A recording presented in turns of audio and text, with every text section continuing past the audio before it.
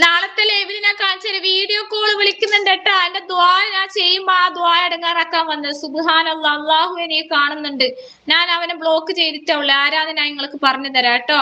എന്റെ live cut ചെയ്യാൻ മാത്രമുള്ള ആരാണ് വ്യക്തി? എന്റെ എടുത്തിട്ട് വീഡിയോ കോൾ വിളിക്കാൻ നിങ്ങൾക്ക് അത്രക്കും ധൈര്യമുണ്ടോ? നാളത്തെ ലൈവിൽ നിങ്ങൾക്ക് പറഞ്ഞുതരാം. നിങ്ങളെ നമ്പർ അടക്കം ഞാൻ ഇവിടെ ഇതിലേക്ക് കൊണ്ടുവരും.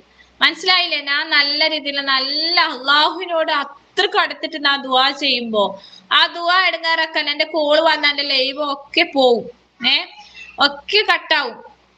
അതുപോലെ തന്നെ എന്താണ് ഞാൻ ദുആ ചെയ്യുന്ന സമയത്ത് തന്നെ വീഡിയോ വിളിക്കണമെങ്കിൽ എല്ലടോ ഞാൻ ഇവിടെ ലൈവ് കാണുന്നില്ലേ?